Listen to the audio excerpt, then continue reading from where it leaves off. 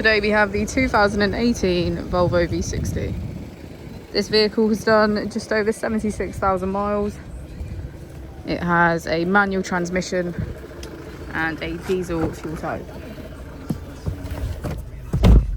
To the left of our steering wheel, we have cruise control as a feature, as well as our automatic headlights.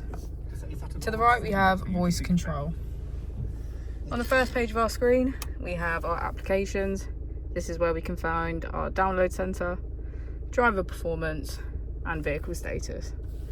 On the second page is our key features. We have our vehicle status again, smartphone integration, radio, and navigation. On the final page is car functions. This is where we can find park assist, connected safety, road sign information, and lane keeping aid. If we put the vehicle into reverse, we can see that it comes with a parking camera with parking sensors.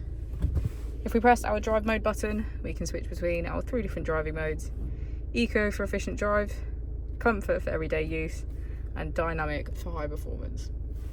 As we go into the back of the vehicle, we can see that it has a full black interior with our leather trim seats.